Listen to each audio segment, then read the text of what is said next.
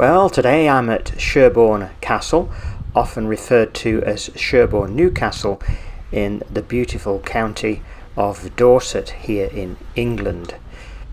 We enter past the Turkish field gun. We've already paid our entrance fee, and I'll tell you a little bit more about that later. We then pass the administration buildings. It's a busy weekend here at Sherborne Castle as they're getting ready for a fair on the Monday following my visit. This is a Friday. Beautiful lake. Capability Brown was commissioned to build this, along with later on landscaping the gardens, and we'll talk about that a little bit later. Rather than a castle, it really is a Tudor mansion built in the 16th century. It was commenced by Sir Walter Raleigh in 1594. Of course, he lost favour with the royalty and eventually lost his life, but all his properties were handed over, and it has since been in the hands of the Wingfield-Digby family. Originally the Digby, now it's Wingfield-Digby, since 1617, so a long history of one family ownership.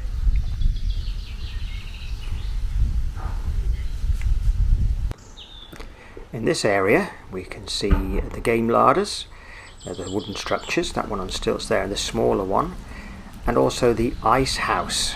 Obviously when the lake froze in the winter, the family or the workers were able to gather ice and store it in the ice house. It's something that the wealthy used to have with their great houses, was to build an ice house.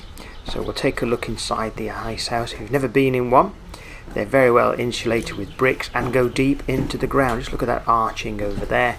So we get to the end, watch your head, you have to keep it down here, and away we go. We look downwards deep into the ice house. So the ice was packed in there with lots of straw as well, and they could be used throughout the summer. So this is the second ice house they actually built.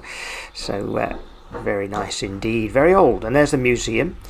You'll do the museum tour if you tour the castle. You'll come through the museum at the end, but if you skip the castle tour, I recommend you don't, but you can then go into the museum anyway, even without doing the tour. It's only a small museum, but it's quite interesting to have a look at some of the artifacts that are owned by Sherborne Castle. When the family acquired the Sherborne Castle in 1617, they added 4 wings to produce the H shape we see today, and also added hexagonal turrets at the end of each wing.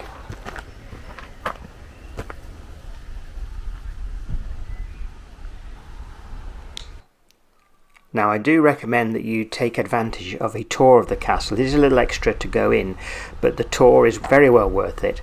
I can't show you inside the castle because photography and video photography is not permitted, so I can only show you what is on the outside.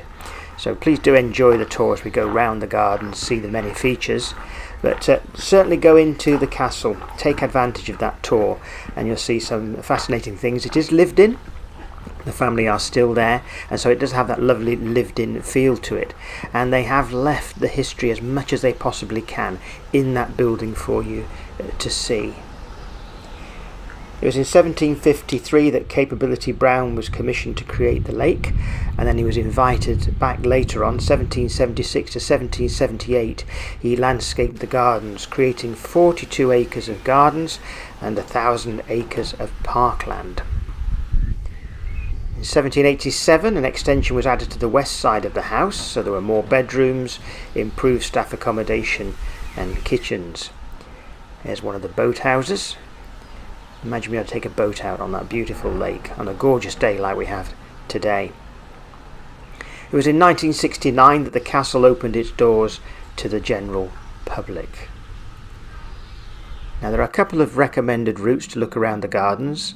One of you takes past things like the orangery here, so well worth walking the whole routes. And this is interesting. This is the old dairy, and inside here there is a Roman mosaic. It wasn't found here, it was moved here, not something probably people would do today, but it has been here and preserved at least. Wherever you walk around the lake, you're going to find opening views. It's something Capability Brown obviously did, and the views on many occasions will point back to the house, along with some wonderful planting and colours. Throughout the year the colours are going to be gorgeous. Imagine the autumn here with the trees changing to their reds and yellows. It'd be marvellous to come and see it then, wouldn't it? We'll give you a flavour of the different flowers that were growing when I visited. And you can stop and see the flowers and the wonderful scents that come off some of them as well as you walk around. Sadly, someone's thrown a terrapin into the lake at some point, and now it's beginning to gobble up the ducklings and things, so that wasn't very good. There aren't too many statues around the garden. Seems that Capability Brown wanted the plants, the trees, the garden itself to do the talking rather than statues. We're just going to take a walk now to the edge of the lake where a waterfall was created. Beautiful sound of the waterfall as we approach it. You can hear that for quite a way around this part of the walk. And we're going to be walking on the opposite side of the stream in a moment. But take in that waterfall for a second or two. Now we'll go back along the path, along the other side of the stream, and we'll come to this next building, which is quite interesting. In the year 1724, the poet Alexander Pope came along to Sherborne Castle and was so impressed with it that he wrote a long description. And this is now called Pope's Seat. Now, Alexander Pope never saw this building because it wasn't built until 1778 and then was named after him. Now you might be forgiven to thinking that this is part of the old castle because that's not too far from here. However, this is a folly, as many rich landowners used to like. They used to like to build follies in their gardens, and this is no exception. So you might be forgiven, as I say, for thinking it's an old castle, but it's much more recent than that. Then we come to the Fossil House, something quite new relatively. It says there 2017, and when you look closely you'll see fossils within the materials that have been used to build this. Take a look, see if you can spot any.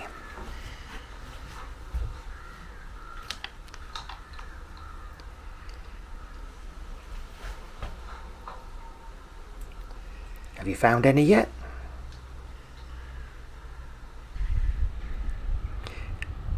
So we'll say goodbye to the Fossil House, and as we do so, with it to our rear, we've got the ha-ha. Something that landowners like to keep the sheep away from their cultivated gardens, and their pasture land, parkland could be grazed by the sheep, and the sheep couldn't get onto the cultivated part and eat their plants and grasses. So we're making our way back now towards where we started from, but as we do so we pass the ruins of Sherborne Old Castle that was ruined in the Civil War of 1645.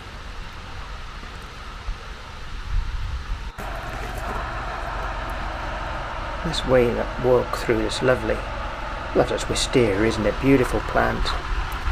We'll walk through this back down to the stream where the waterfall is just to our left as we go along. Kind of done a circular tour now.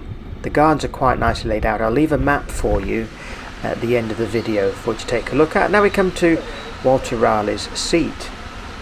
He built this so he could look over his gardens and at the same time view the road below. In 1856 the road became redundant really, was replaced by the present new road.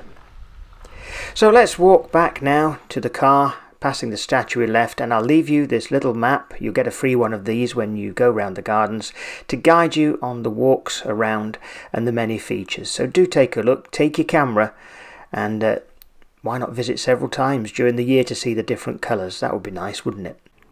Now just a note on admission that if you are a member of English Heritage there is a discount, and everyone who enters the gardens will qualify for a discount at the tea rooms inside the garden centre. So thank you for joining me today. Do subscribe before you go and give us a thumbs up. It's always greatly appreciated. Take care everybody. I hope to see you soon.